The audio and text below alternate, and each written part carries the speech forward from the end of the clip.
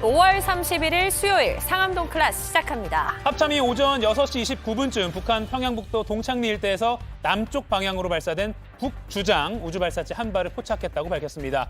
이어 오전 6시 41분에 서울 전역에 울린 이 긴급 문자 때문에 많은 분들이 출근길에 놀라셨는데요. 네, 서울 지역에 경계 경보가 발령됐다. 대피할 준비를 하라는 이 메시지에 많이 불안하셨을 것 같습니다. 앞서 JTBC 특보로 계속 전해드린 것처럼 이 서울시의 대피 안전 문자는 잘못 발령된 걸로 전해졌습니다. 네, 약 30분 전쯤에 일상으로 복귀하라는 메시지와 함께 서울시 전 지역 경계 경보 해제 문자까지 발송이 됐습니다. 짚어드리고요. 자, 오늘은 북한 발사체 발사 관련해서 취재 기자와 전문가 통해서 자세히 내용 전해드리겠습니다. 자, 그럼 날씨부터 짚어보겠습니다. 김민재 캐스터, 오늘 낮에 자외선이 강하던데 서쪽이 특히 강하다면서요? 네, 6월을 하루 앞두고 서쪽 지역은 예년보다 많이 덥겠습니다. 중부와 호남을 중심으로 낮 기온이 30도 가까이 오르겠고요. 특히 낮 시간대에는 자외선은 물론 오존 농도도 높아지겠습니다. 오늘 서울은 28도까지 올라서 예년 기온을 1, 2도가량 웃돌겠고요. 전주도 29도까지 올라 어제만큼 덥겠습니다. 아직 제주와 남해안은 비가 이어지고 있습니다. 제주에는 낮까지 최고 20mm의 비가 더 내리겠고요. 전남과 경남 해안은 5mm 안팎의 비가 더 오겠습니다. 낮부터 비가 개고 전국이 차츰 맑아지겠습니다. 다만 아침까지 충남 서해안과 호남, 경북 내륙에 안개가 머물겠고요. 대기 순환이 원활해서 공기는 청정하겠습니다. 현재 서울, 대전 19도, 대구, 창원 18도로 평년과 비슷하거나 조금 높습니다. 낮 기온은 대전, 광주 28도, 대구 26도 예상됩니다. 내일은 다시 정체전선이 북상하면서 제주와 남해안에 비가 오겠고요. 중부지방은 별다른 비 소식 없겠습니다. 지금까지 날씨 정보 전해드렸고요. 이어서 교통 상황 알아보겠습니다. 한국도로공사 나와주세요. 네, 5월의 마지막 날 출근길이 점차 혼잡해지고 있는데요. 이 시간대 늘 밀리는 곳들 중심으로 정체가 심합니다. 특히 오늘 영동선 강릉 쪽으로는 안산 지역과 용인 지역 지나기가 어렵고요. 백번고속도로 수도권 제1순환선은 판교에서 일산 방향 정체가 오늘 유난히 심한 편입니다. 올림픽대로 이용해 김포 방향으로 가신다면 천호대교 일대에서 밀렸다가 지금 보시는 동호대교부터 한강대교까지 지나기가 가장 버겁고요. 분당 수서로 성남대교 방향으로는 정체가 심한 복정부터 판천 1교까지 16분 정도 필요하겠습니다. 일반 경부고속도로 서울 쪽으로는 지금 보시는 기흥 일대 짧게 주춤했다가 달래내부터 반포까지 가장 이동량이 많고요. 백번고속도로 판교에서 일산 쪽으로는 서운분기점과 자유로 사이 정체가 10여 킬로미터 구간 이어집니다. 반대쪽으로도 계양과 송내 사이로 힘겹습니다. 안전대 잊지 마시고요. 고속도로 교통방송이었습니다. 정상 업무에 복귀. 네, 북한 발사체 발사 관련 속보 전해드리겠습니다. 북한이 오늘 새벽 서해 상공으로 발사체 한 발을 쐈습니다. 국방부 연결해서 자세한 소식 들어보겠습니다.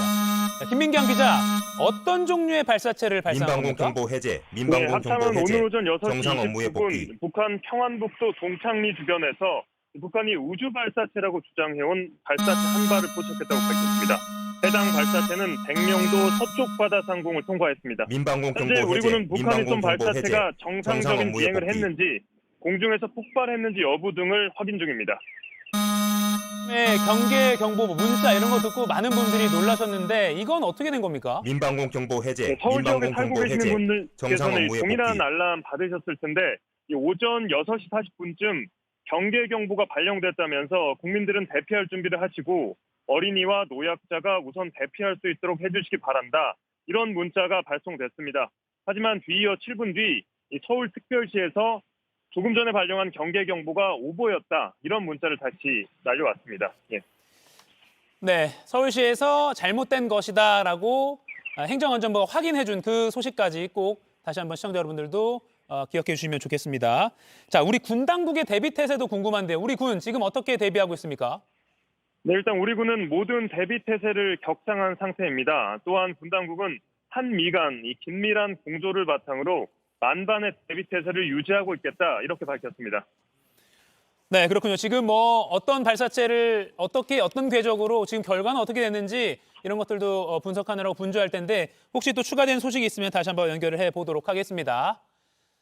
자, 다음은 용산 대통령실로 가보겠습니다. 용산 대통령실도 지금 상황 파악을 위해서 굉장히 분주하고 NSC 소집을 할지 말지를 아까 파악하고 있다 정도까지 뉴스 특보에서 전해드렸는데요. 연결해서 들어보도록 하겠습니다. 최수연 기자가 나와 있습니다. 지금 대통령실은 어떻게 대응하고 있습니까? 네, 대통령실은 오늘 아침에 북한이 우주 발사체를 발사했다는 소식이 전해지자 즉각 안보 상황 점검 회의를 열었습니다. 대통령실은 오늘 아침 7시쯤 공지를 통해서 안보 상황 점검 회의가 곧 열릴 예정이라면서 필요에 따라 NSC 개최 여부를 결정할 예정이라고 했습니다. 아직은 회의가 한참 진행 중인 것으로 파악이 되는데요. 대통령실은 이 발사체의 기종과 비행거리 등 이 자세한 재원에 대해서 보고를 받고 대응을 준비할 것으로 보입니다. 또 안보 협력을 강화한 미국과 일본 등과의 의견 교환 그리고 대응 논의가 있을 것으로 예상됩니다. 일단은 조태영 안보실장을 주재로 점검회의를 열고 필요에 따라서 NSC 개최가 될 것으로도 보입니다. 네, 지금 이 시각 안보 상황 점검 회의를 하고 있다. 자, 그러면 NSC를 열게 된다면 윤 대통령이 직접 주재할 가능성이 있습니까? 네, 물론 아직 회의가 진행 중이라서 개최 여부가 결정되지는 않았습니다. 하지만 열린다면 윤석열 대통령이 참석해서 직접 주재할 가능성도 있습니다. 대통령이 직접 참석하면 그만큼 사안이 중대하다는 뜻입니다. 앞서 지난 29일에는 북한이 인공위성 발사 계획을 알렸을 때 대통령실은 조태영 안보실장을 주재로 NSC를 열면서 강도 높게 대응했습니다. 대통령실은 정부는 관련 동향을 계속 예의주시하고 있다면서 정부 입장을 외교부를 통해서 발표한 바 있습니다. 당시 외교부는 북한의 소위 위성 발사는 유엔 안보리 결의를 정면으로 위반하는 명백한 불법 행위라면서 발사를 강행한다면 그에 대한 대가와 고통을 감수해야 할 것이라고 했습니다. 네, 알겠습니다. NSC 개최 여부가 결정되면 다시 한번 소식 전해드리도록 하겠습니다. 지금까지 용산 대통령실에서 최수연 기자였습니다. 자, 우리나라 새벽에 속보가 전해지면서 일본 역시 굉장히 긴장한 상태로 NHK 등을 통해서 속보가 많이 전달이 됐는데요. 일본 연결해서 현재 상황 들어보도록 하겠습니다. 도쿄의 김현애 특파원 연결돼 있습니다. 자, 김 특파원, 북한에서 우주 발사체를 발사하면서 일본에서도 동시에 경보가 울렸는데 지금은 어떤 상황입니까? 네, 일본 오키나와 지역에 제2 얼럴트로 불리는 경보가 발령된 것은 오늘 오전 6시 39분경입니다. 건물 안이나 지하로 대피해 미사일 낙하에 대비하란 취지입니다. 우리 합참이 북한이 우주 발사체로 주장하는 발사체란 표현을 한 것과는 달리 일본 방위성은 탄도미사일로 보이는 미사일이 발사됐다고 밝혔습니다. 일본은 약 30분이 경과한 오전 7시 4분경에 미사일이 낙하해 일본으로 날아올 가능성이 없다며 경보를 해제한 상태입니다. 일본이 미사일이 낙하해서 일본으로 날아올 가능성이 없다, 경보를 해제했다. 자, 그러면 그 상황에서 현재 일본 정부에서 새롭게 발표되고 있는 내용은 없습니까? 네, 일본 정부는 총리 관저에 있는 관저 대책실에서 정보를 수집해 분석하고 있습니다. 방위성 역시 일본에 대한 영향 분석에 나선 상황입니다. 기시다 후미오 일본 총리는 7시 40분경 총리 관저에서 짧은 기자회견을 가졌는데요. 정보 분석 중으로 피해 정보가 현재까지는 들어오지 않았다고 밝혔습니다. 앞서 기시다 총리는 경보 발령 직전 정보 수집과 분석에 전력을 다해달라는 지시를 내렸습니다. 또 항공기와 선박 등 안전 확인을 철저히 하고 예상치 못한 사태에 대비해 만반의 태세를 취해달라고 했습니다. 일본 정부가요, 북한이 정찰 위성을 발사하면 요격하겠다라고도 했었는데 관련 움직임이 실제로 있었습니까? 네, 일본 방위성은 말씀하신 것처럼 일본 낙하 가능성이 있을 경우 요격하겠다고 발표를 해왔습니다. 일본 NHK는 실제 지상 배치형 요격 미사일이 배치된 도쿄 방위성 주변에선 특이한 움직임이 포착되지 않았다고 보도했습니다. 또 다른 자위대 요격 미사일이 배치된 오키나와 현에서도 특이 움직임은 포착되지 않은 것으로 전해졌습니다. 네, 일본 상황도 우리나라만큼이나 분주하기 때문에 일본 소식도 추가적으로 전해드릴 만한 게 있으면 연결해서 전해드리도록 하겠습니다. 네, 도쿄에서 김현애 특파원이었습니다. 자, 지금 방금 들은 소식이요. 8시 1분을 기준으로 백령도도 경보가 해제됐다는 소식이 들어와 있습니다. 8시 1분 기준으로 백령 지역에 경보가 해제됐다라는 소식 전해져 있습니다. 자, 그러면 미국 워싱턴 연결해서 상황을 좀 더 들어보도록 하겠습니다. 지금 미국 워싱턴은 저녁 시간인데요. 어떨지 상황 보겠습니다. 자, 김필규 워싱턴 특파원 나와 있죠. 자, 미국 정부 측에서 반응이 나온 게 있습니까? 예, 조금 전 이야기한 대로 지금 이곳은 저녁 7시가 넘어가고 있습니다. 이미 지금 모든 상황이 종료된 상황이어서 지금 새로 입장이 나오지는 않았는데요. 이번 발사체 발사와 관련해 저희 JTBC가 국무부에 입장을 묻는 질의를 조금 전 이제 발사 직후에 넣었습니다. 접수가 됐다고는 응답이 왔는데 아직 구체적인 입장을 알려오진 않고 있습니다. 따라서 백악관과 NSC, 국무부, 국방부 모두 대응 방안에 대해서 지금 논의하고 있는 것으로 보입니다. 다만 어제 미국 국무부는 북한의 인공위성 발사 계획에 대한 입장을 묻는 JTBC 질의에 우주 발사체를 포함해 탄도미사일 기술을 쓰는 어떤 발사도 여러 건의 유엔 안보리 결의 위반이라고 답한 바가 있습니다. 인공위성 발사가 다른 국가들도 하는 정상적인 활동이라는 북한의 주장을 반박한 건데요. 실제로 안보리는 2006년 북한의 1차 핵실험 이후 대북 제재를 결의하면서 탄도미사일 프로그램 관련된 모든 활동을 금지한다고 못을 박았습니다. 국무부 역시 우주 발사체는 제재 대상인 탄도미사일 기술에 포함된다고 콕 집어서 이야기를 했습니다. 따라서 이에 준해 북의 안보리 결의 위반을 비판하는 입장을 조만간 미국 정부가 내놓을 걸로 예상이 됩니다. 지금 백악관과 워싱턴은 하원 운영위에서 진행되고 있는 부채한도 인상 법안 관련된 논의에 관심이 집중돼 있습니다. 초유의 미국 채무 불이행 사태로 이어질 수 있는 중대한 일이고 또 내일 본회의에서 표결이 예정돼 있습니다. 북이 어쩌면 이런 정신없는 상황을 틈타서 도발을 감행한 것일 수 있겠다는 분석이 나오는 동시에요. 또 이런 워싱턴의 정치적인 상황 때문에 이번 발사에 대한 워싱턴의 관심이 떨어질 수도 있을 거라는 이야기도 나오고 있습니다. 네, 항상 이런 이제 일이 발생하면 안보리 차원에서 뭐 제재가 가능할지 이런 관측이 나오는데 이번 상황에 대해서는 안보리 차원 제재가 가능할까요? 예, 일단 유엔도 북한의 정찰위성 발사 계획에 대해서 유엔 안보리 제재 결의 위반일 수 있다고 경고를 했습니다. 스테판 듀자리크 유엔 대변인이 성명되고 안토니오 구테레스 사무총장은 북한의 지속 가능한 평화와 한반도의 완전하고 검증 가능한 비핵화를 향한 외교적인 노력을 대기할 것을 촉구한다고 전했고요. 또 대변인은 탄도미사일 기술을 사용해서 안보리 결의에 반하는 것이라고 덧붙이기도 했습니다. 아마도 미국은 역시 한미일 공조를 통해서 이번 발사체의 성격에 대한 분석을 진행하는 동시에 또 유엔 안보리를 통해서 동맹들과 함께 강력한 규탄을 표명하고 또 제재도 추진할 걸로 보입니다. 하지만 실제 발사 이후에 거부권을 가진 중국과 러시아가 안보리 결의 위반이라고 입을 맞춰줄지가 문제입니다. 중국은 지금 이런 상황이 북한 탓만이 아니라면서 감싸고 있는데요. 어제 마오닝 중국 외교부 대변인은 한반도 상황이 여기까지 온 데는 이유가 있다. 모든 당사자가 문제를 직시하고 정치적으로 해결하기를 바란다라는 다소 모호한 입장을 밝혔습니다. 또 한편 같은 날 평양에서는 최선희 외무상이 북한 주재 러시아 대사를 만났는데요. 발사체 발사와 관련해서 러시아의 협조를 구했을 거란 관측이 여기서 나오고 있습니다. 결국 이번에도 역시 미국이 동맹과 함께 안보리 제재를 추진한다고 해도 결의안이 통과되기까지는 쉽지 않을 걸로 보입니다. 네, 결국 뭐 중국과 러시아 반응이 또 결의안 통과 여부를 결정할 것 같군요. 워싱턴에서 김필규 특파원이 상황 전해줬습니다. 자, 서울시가 오늘 오전 6시 32분에 서울 지역에 대해서 발령한 경계 경보에 대해서 행정안전부가 그 10여 분 뒤에 오발령이었다고 정정했습니다. 행안부는 오전 6시 41분에 서울특별시에서 발령한 경계 경보는 오발령 사항임을 알려드린다라고 밝혔습니다.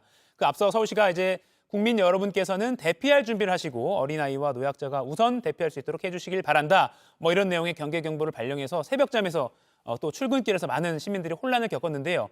혼란스러웠던 그 시민들의 반응 저희가 인터뷰했습니다. 직접 들어보시죠. 사이렌 소리가 너무 크게 나니까 저뿐만 아니고 지하철 옆에 타고 있던 승객들도 좀 많이 당황해하는 표정으로 좀 있었습니다. 지하철에서 한 번에 다 같이 울려서 좀 놀란 것도 없잖아 있었고 다들 오늘 출근을 해야 되는 건지 아니면은 뭐 진짜 짐을 싸서 준비를 해야 되는 건지. 이걸 지금 전쟁 나는 것처럼 아무 내용도 없이 이렇게 문자 온 것 때문에 오히려 더 불안하고 어떻게 해야 되지? 혼란이 가중된 것 같습니다.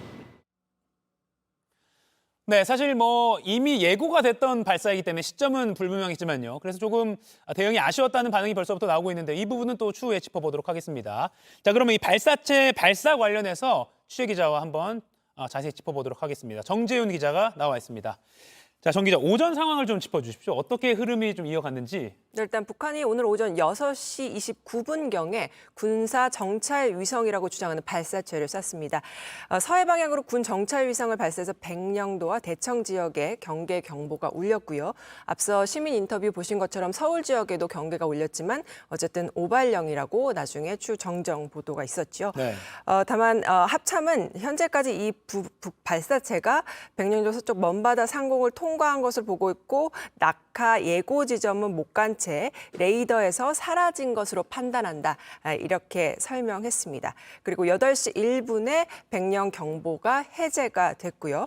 그리고 일본 정부도 발사체가 탄도미사일일 가능성이 있다고 보고 오키나와 주민에게 대피령을 발령한 바 있습니다. 지금은 해제가 된 상태입니다. 네. 이게 사실 이런 소식 전해드릴 때 용어를 어떻게 해야 될지 상당히 취재기자 입장에서는 좀 고민이 되는 부분인데 네. 우리 합참은 북한이 주장하는 우주 발사체라는 표현을 썼고요. 아까 김은혜 특파원이 전해주시면 일본에서는 그냥 미사일이라는 표현을 썼다는 점도 좀 네. 눈여볼 만할 것 맞습니다. 같습니다. 자, 이런 북한의 어떤 미사일 또는 발사체에 관련한 실험, 뭐 도발이라고도 할 수 있는데 좀 과거부터 좀 전례를 좀 짚어주시죠. 네, 이번 발사는 2016년 2월 이후에 약 7년 만입니다. 북한이 1998년 8월에 강명성 1호를 시작으로 모두 6차례 장거리 로켓을 발사한 바 있는데요. 북한이 사실 2012년부터 시작해서 계속해서 발사를 하면서 2016년 말씀드린 대로 광명성 4호라고 해서 발사를 했는데 이 2차례 정도는 그들이 주장하는 이 위성이 사실상 궤도에 올라간 것으로 일단 판단은 됐습니다만 제대로 작동했는지 여부는 사실상 알 수 없습니다. 그리고 지금과 그때는 매우 다른 게 그때만 하더라도 북한이 사실상 위성보다는 이 개발하고 있는 것이 ICBM, 그러니까 대륙간 탄도미사일이었습니다. 네. 장거리 로켓을 개발하기 위한 어떤 일종의 이 명분을 삼아서 그런 행동을 했다라는 판단이 많이 있었는데요. 이번에는 좀 다른 점이 그런 장거리 로켓에 대한 자신들의 성능이나 이런 부분에 있어서 이미 개발이 많이 진전이 됐고 시험보다는 군사 정찰 위성 자체를 중심으로 해서 그것을 목표로 했다라는 분석이 많습니다. 네, 오늘 새벽에 발사에 대해서 기습 발사라고 표현을 해도 될 정도로 사실은 이제 어제 북한 군부 2인자가 내일부터라고 잠깐 좀 날짜를 좁혀놨기 때문에 맞습니다. 이르면 내일 발사하겠다라고 많은 언론도 예측을 했는데 오늘 새벽이었거든요. 맞습니다. 사전 예고를 한 그 내역도 좀 짚어주시죠. 네, 북한이 오늘 발사에 대해서는 어제 이미 예고를 했는데 이제 저희도 보도를 해드렸지만 예고한 첫날 이렇게 발사를 감행했습니다. 북한의 군부 2인자인 이병철 노동당 중앙군사위원회 부위원장이 직접 조선 중앙통신을 통해서 입장문을 내놨는데요. 북한이 국제해사기구, 그러니까 IMO의 지역별 항행구역 조정국인 일본의 위상 발사를 통보를 한 겁니다. 이처럼 발사 시기 자체를 이제 직접 밝힌 건 처음입니다. 이 부위원장은 입장문에서 오는 6월에 곧 발사를 하게 될 우리의 군사 정찰 위성 1호기 등은 미국과 그 추종 무력들의 위험한 군사 행동을 실시간으로 추적 감시, 판별하고 사전 억제한다 이렇게 발표를 한 바 있습니다. 네. 자, 그러면 이제 오늘은 그렇게 됐고요. 아까 좀 레이더에서 사라진 것으로 판단하고 있다는 합참 지금 현재까지의 판단도 전해주셨는데 앞으로도 어떻게 될지가 예측이 좀 필요할 것 같습니다. 북한 도발을 다시 감행할까요? 그럴 가능성이 매우 높습니다. 네. 일단 북한은 지난달 13일에 신형 고체연료 ICBM 대륙간 탄도미사일 화성 18형을 시험 발사를 했는데 약 40여일 만이죠. 오늘 다시 발사를 감행한 겁니다. 네. 올해 들어서는 10번째 발사입니다. 북한은 그동안 이 화력 경멸 훈련 등 이 한미 연합 방위태세에 매우 큰 불만을 표해왔습니다. 정찰 위성을 발사한 것 또한 오늘 제주에서 진행되고 있는 이 확산 방지 구상 PSI라는 이 20주년 기념 다국적 해양 차단 훈련을 염두에 둔 걸로 보이는데요.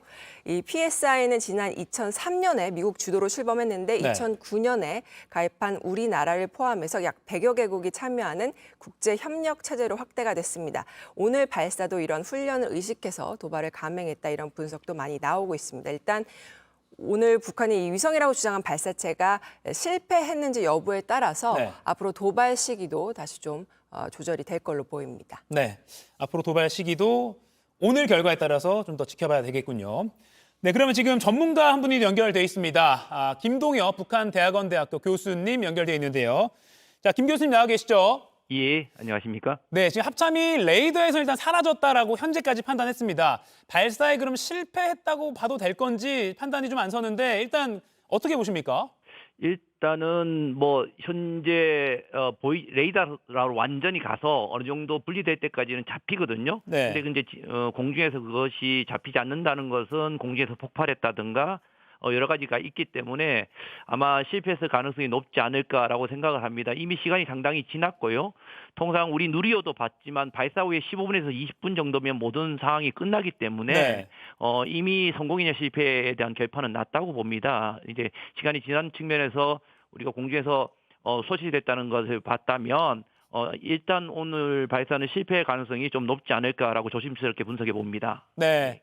현재까지의 판단은 일단은 북한이 목표로 했던 그 성공 지점에는 못 갔다. 실패했을 가능성이 크다 정도로 예측을 하면 되겠군요. 예, 그렇습니다. 아마 북이 네. 지난 그 2012년 4월 달에 한번 그 은하 3호를 통해서 광명성 3호를 발사했을 때도 실패를 했거든요. 네. 그때도 이제 이 실패를 바로 자인을 하고 그로부터 한 8개월 후에 바로 그해 12월 달에 발사를 또 성공이 되는데요. 아마 그런 전례대로 아마 이번 발사 실패 자체도 금방 본인들이 아마 만약 실패했다고 하면 금방 인정을 하고 다시 추가적인 발사를 위한 어떤 노력을 또 하지 않을까라고 생각이 됩니다. 네. 이 과거에도 북한의 그 위성 발사가 모두 성공하진 않았던 걸로 기억을 하는데 어땠습니까? 과거에는? 그렇습니다. 북한이 첫 발사를 했던 그 광명성 1호라고 하는 것을 이제 대포동 1호에 발사한 게 1998년인데요. 이때는 상당 거리는 날아갔습니다. 한 1,500에서 1,600km 날아갔지만 전체적으로 광명성 1호에 대한 분리는 실패한 것으로 보이고요. 그 이후로도 2006년, 2009년, 2012년 4월까지 세 차례 연속으로 이제 실패를 하게 되는데요.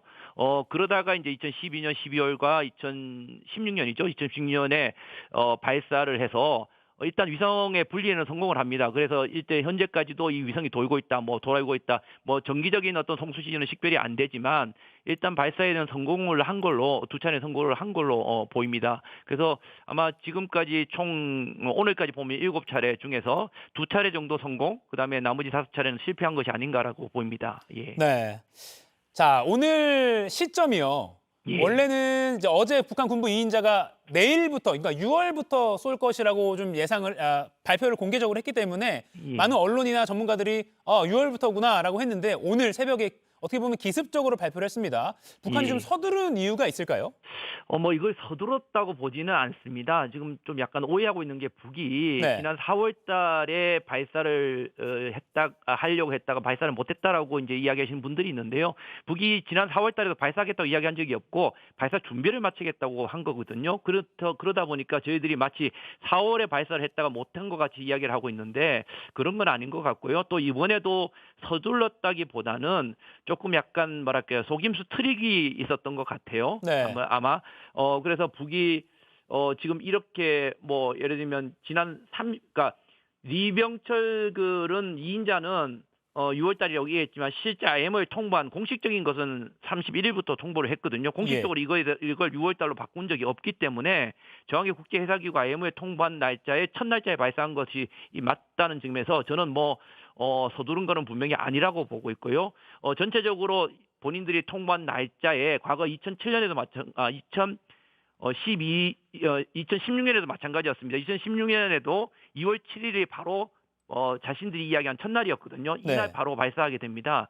그래서 통상적으로 IM을 통보하고 가장 기상적인 것, 가장 성공이 높은 기상 상황이나 이런 것들을 고려해서 기술적으로 준비가 된다면 앞쪽에 쏘는 게 맞습니다. 그런 측면에서 북이 이렇게 앞쪽에 쏜 걸 가지고 너무 조급하고 성급해서 쐈다고 단정한 것은 어렵고요. 어쨌든 지금 이번 것은 나름대로 자신들이 어떤 기술적인 것은 완성을 해서 기상 상황이라든가 이런 것들을 다 고려해서 발사한 것 같고요.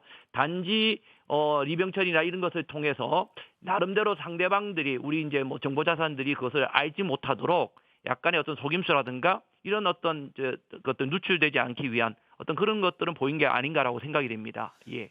네, 앞서 이제 현재까지 분석으로는 목표에 달성하지 못한 것 같다, 실패했을 가능성이 크다 정도를 일단 지금까지는 판단을 내려주셨는데 자, 예. 그러면 곧 다시 쏠 가능성 어떻게 보십니까?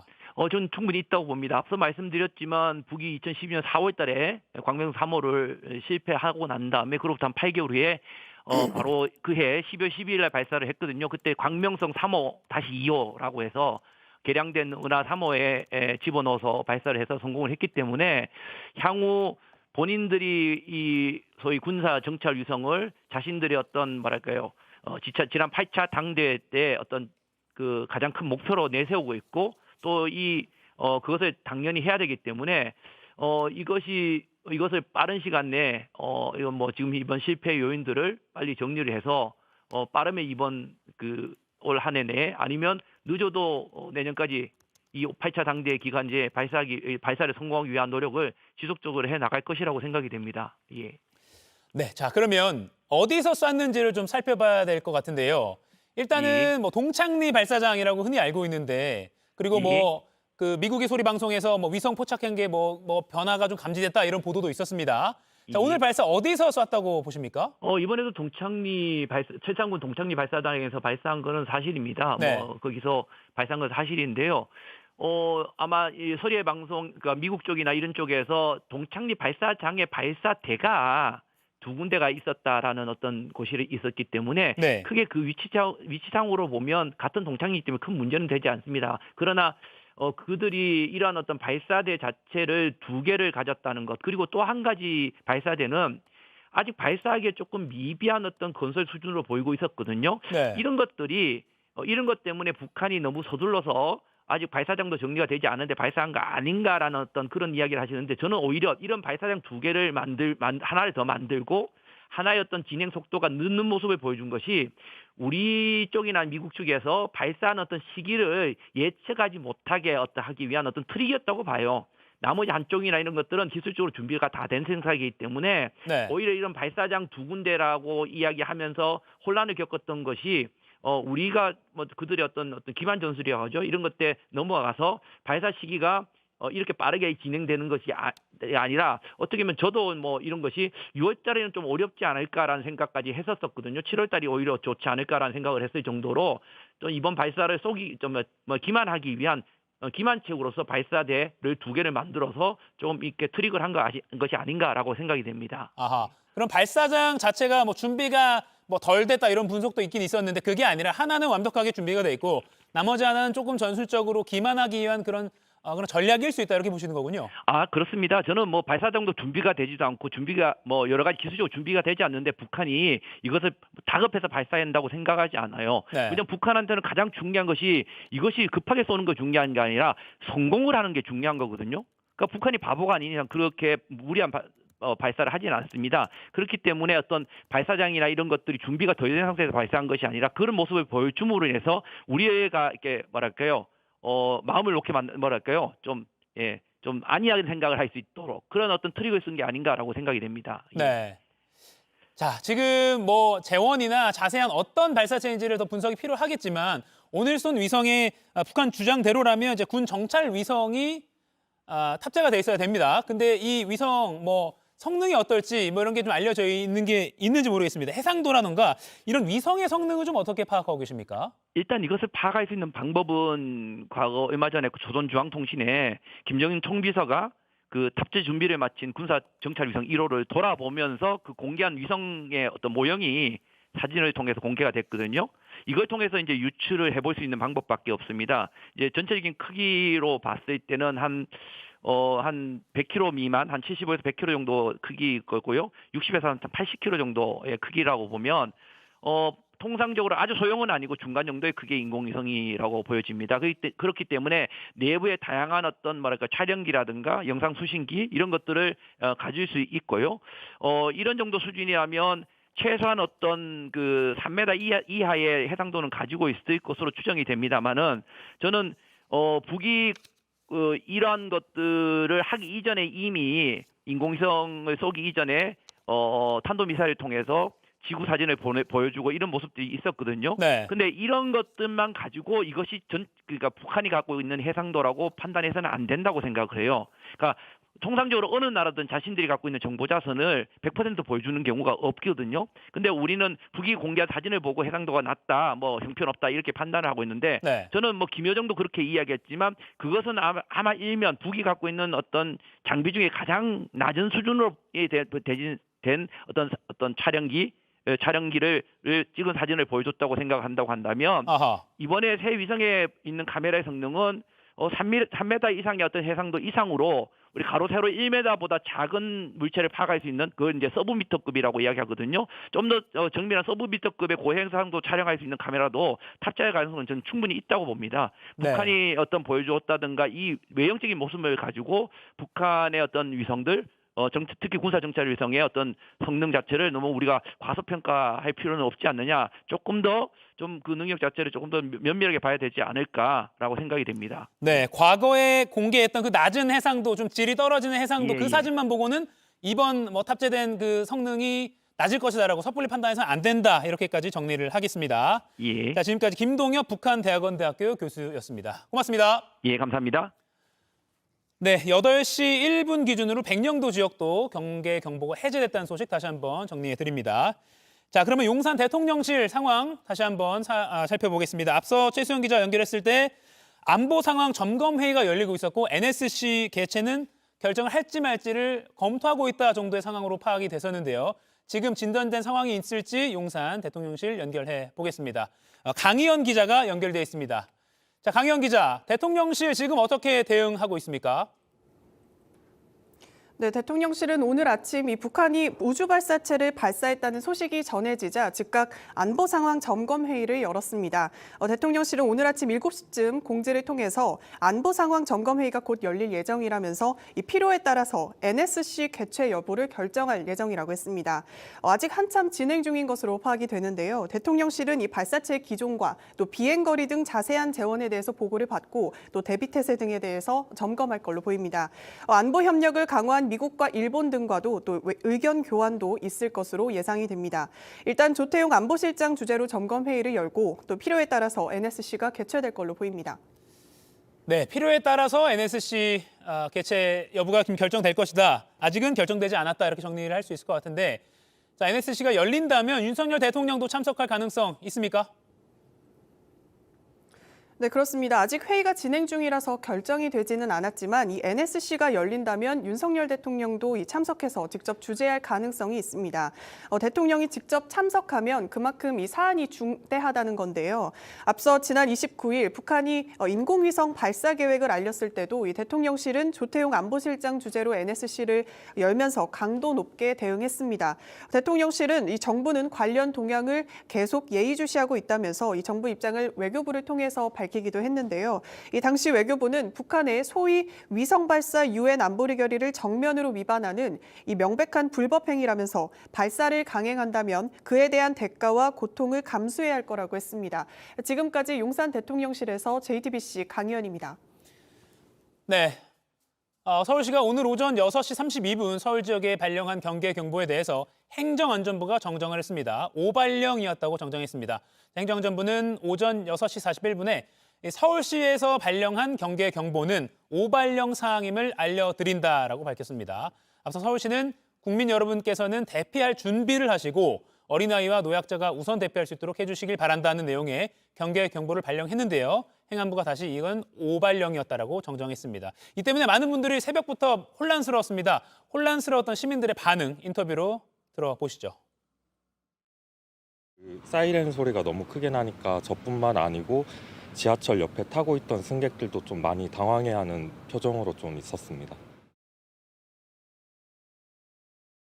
지하철에서 한 번에 다 같이 울려서 좀 놀란 것도 없잖아 있었고, 다들 오늘 출근을 해야 되는 건지 아니면은 뭐 진짜 짐을 싸서 준비를 해야 되는 건지. 이걸 지금 전쟁 나는 것처럼 아무 내용도 없이 이렇게 문자 온 것 때문에 오히려 더 불안하고, 어떻게 해야 되지? 혼란이 가중된 것 같습니다. 네, 이렇게 혼란스러웠던 새벽 상황, 오전에 있었던 그 발사체 발사 상황을 다시 한번 정리를 좀 해보겠습니다. 정재훈 기자 계속해서 이야기 나눠보겠습니다. 새벽에 분주했습니다. 어떤 상황이었는지 좀 정리를 해주시죠. 네, 새벽에 모든 시민들이 좀 굉장히 혼란스러우셨을 것 같은데요. 북한이 오늘 오전 6시 29분경에 군사 정찰 위성이라고 주장하는 발사체를 쐈습니다. 서해 방향으로 군 정찰 위성을 발사해서 백령, 대청 지역에 경계 경보가 울렸고요.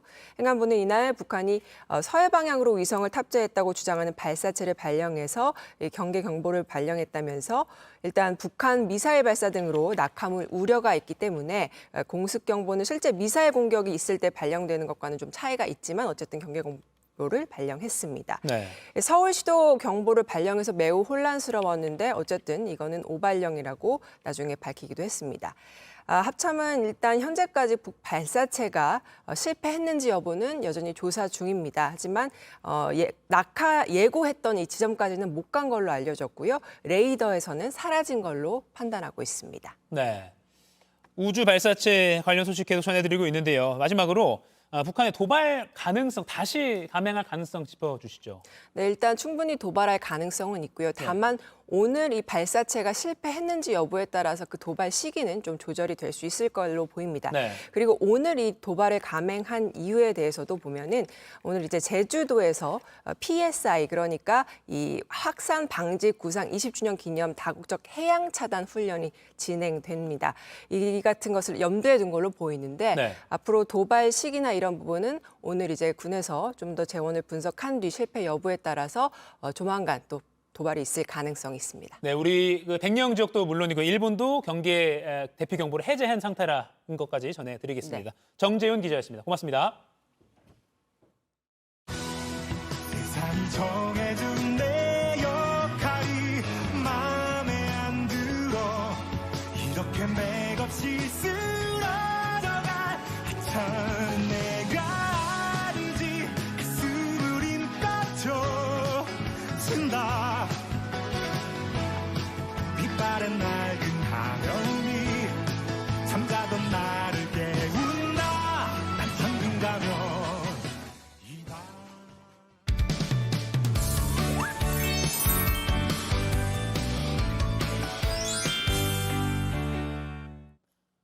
네, 지금 시각 8시 36분입니다. 저 같은 경알못, 경제를 잘 알지 못하는 사람을 위한 당장 내 돈이 되는 지식, 머니클래스. 오늘의 키워드 먼저 보시죠.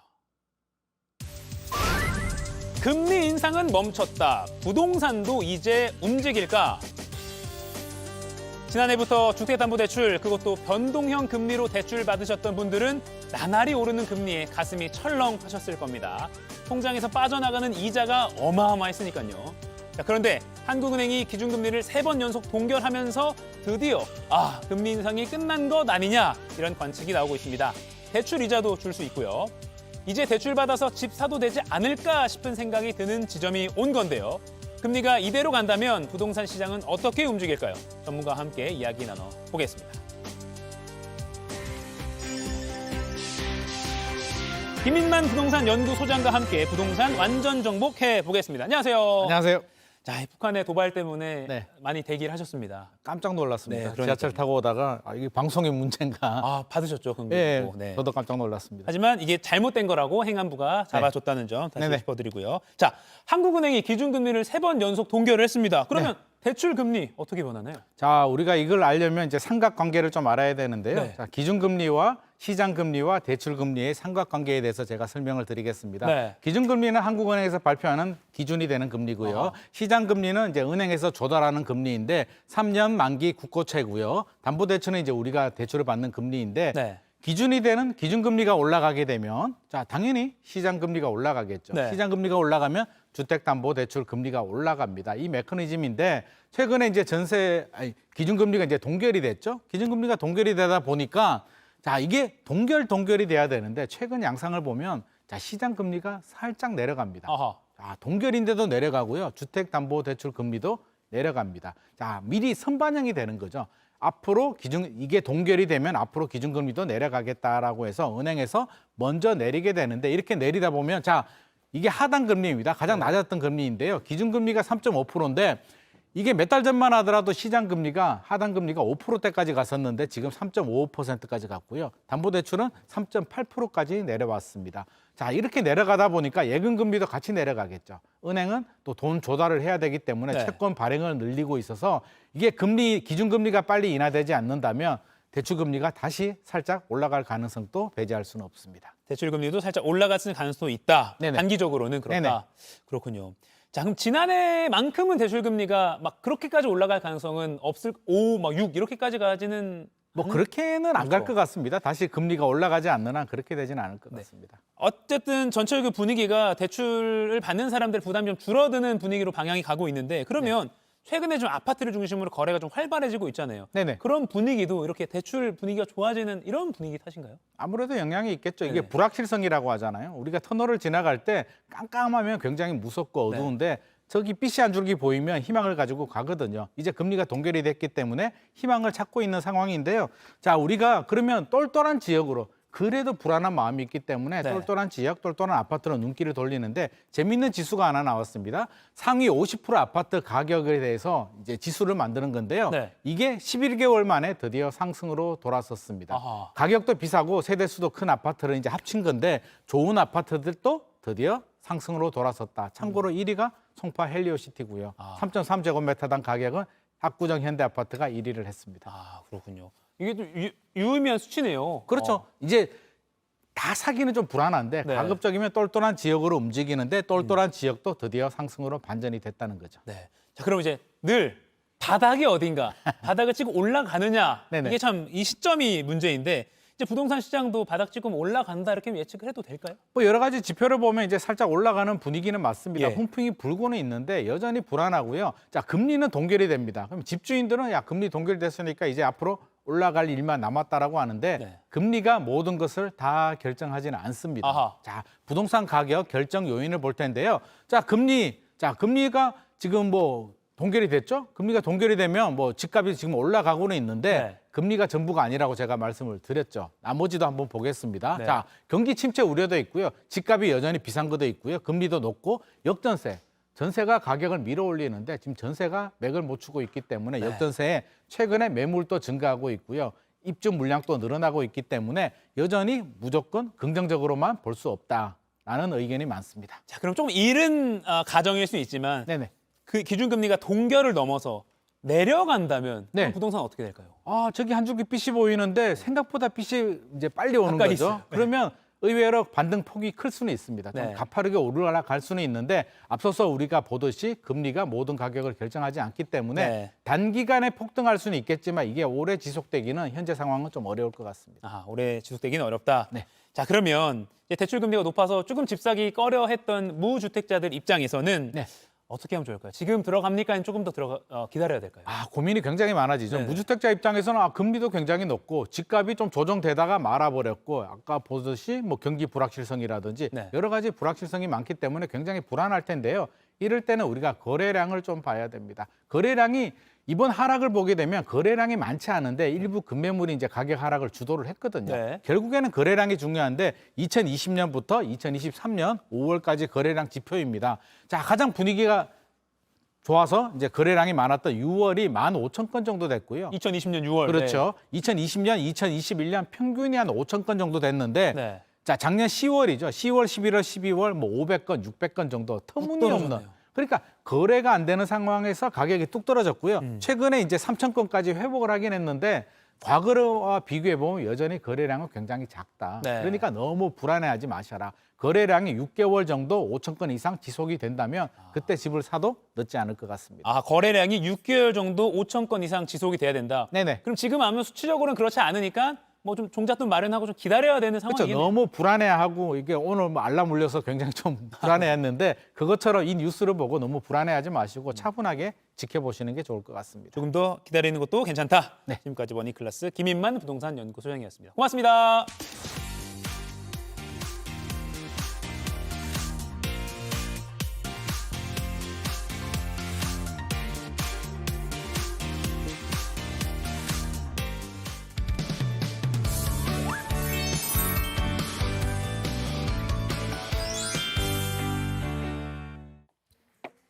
상클 라이프 시간입니다. 매주 수요일 연예계 뜨거운 이슈들 정리해드리는 시간이죠. JTBC 엔터뉴스팀의 황소영 기자 만나보겠습니다. 안녕하세요. 안녕하세요.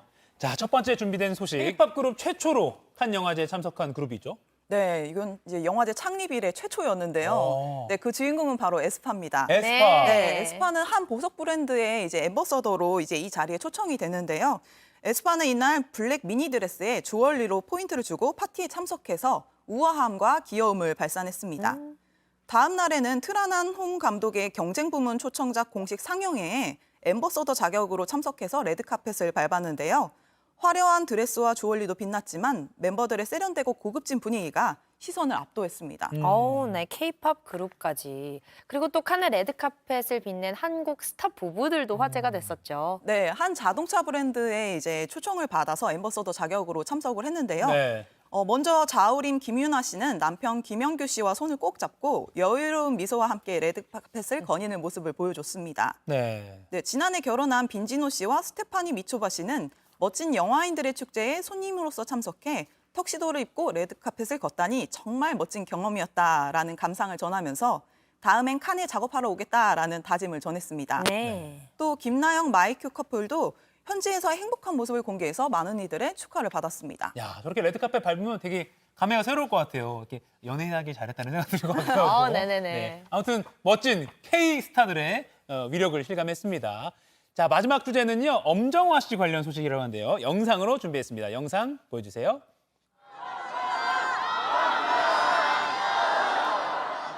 얘들아 안녕? 나 누군지 알지?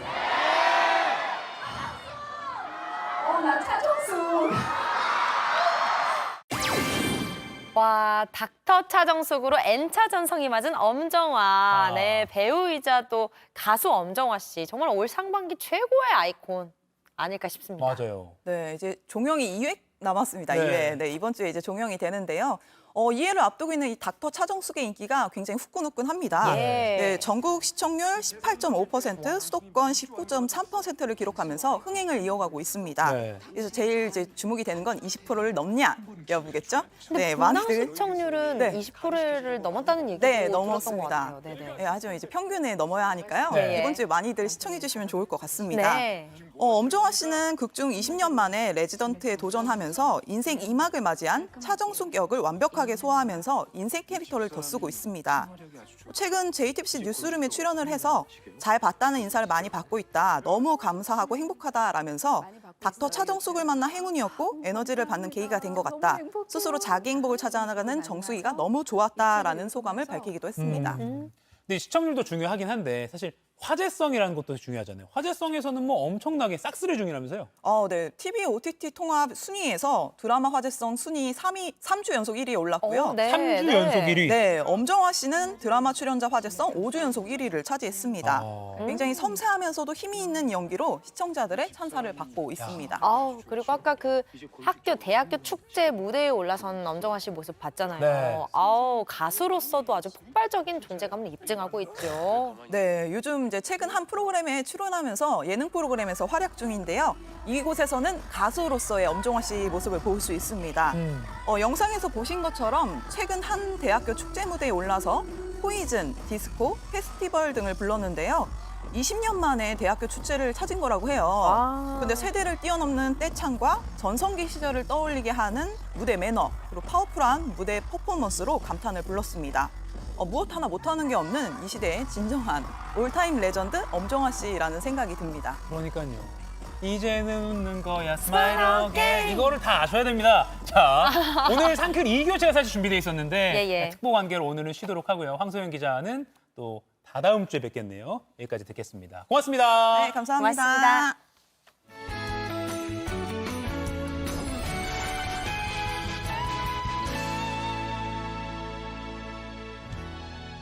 6월을 하루 앞두고 서쪽 지역은 예년보다 많이 덥겠습니다.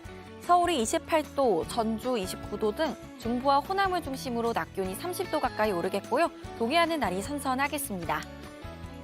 아직 제주와 남해안은 비가 이어지고 있습니다. 제주는 낮까지 최고 20mm의 비가 더 내리겠고요. 전남과 경남 해안은 오전까지 5mm 안팎의 비가 예상됩니다. 낮부터 전국이 차츰 맑아지면서 자외선도 강해지겠습니다. 특히 낮 시간대 서쪽 지역을 중심으로 오존 농도도 높겠고요. 대기순환이 원활해서 공기는 청정하겠습니다. 현재 서울, 대구 20도, 광주 21도 보이고 있습니다. 낮 기온은 대전, 광주 28도, 대구 26도 예상됩니다. 내일은 정체 전선이 다시 북상하면서 제주와 남해안에 비가 오겠고요. 이번 주 중부지방은 별다른 비 소식 없겠습니다. 날씨였습니다. 네, 상암동 클래스 오늘 준비한 소식은 여기까지입니다. 네, 매주 월수금 본방송 마치고 유튜브 방송 상클 2교시가 이어지는 날이죠. 오늘은 2교시 북한 발사체 관련 특보로 쉬어가겠습니다. 네, 이어지는 소식들도 향후 이어지는 뉴스 등을 통해서 참고해 주시고요. 오늘 새벽부터 나온 이 발사체 소식과 또 대피 안내 문자 때문에 혼란스럽게 시작한 아침입니다. 그래도 차분하게 불안했던 마음 잘 정돈하고 오늘 하루 활기차고 건강하게 보내시길 바랍니다. 네, 그럼 여기서 인사드리겠습니다. 여러분 오늘도 상클하세요.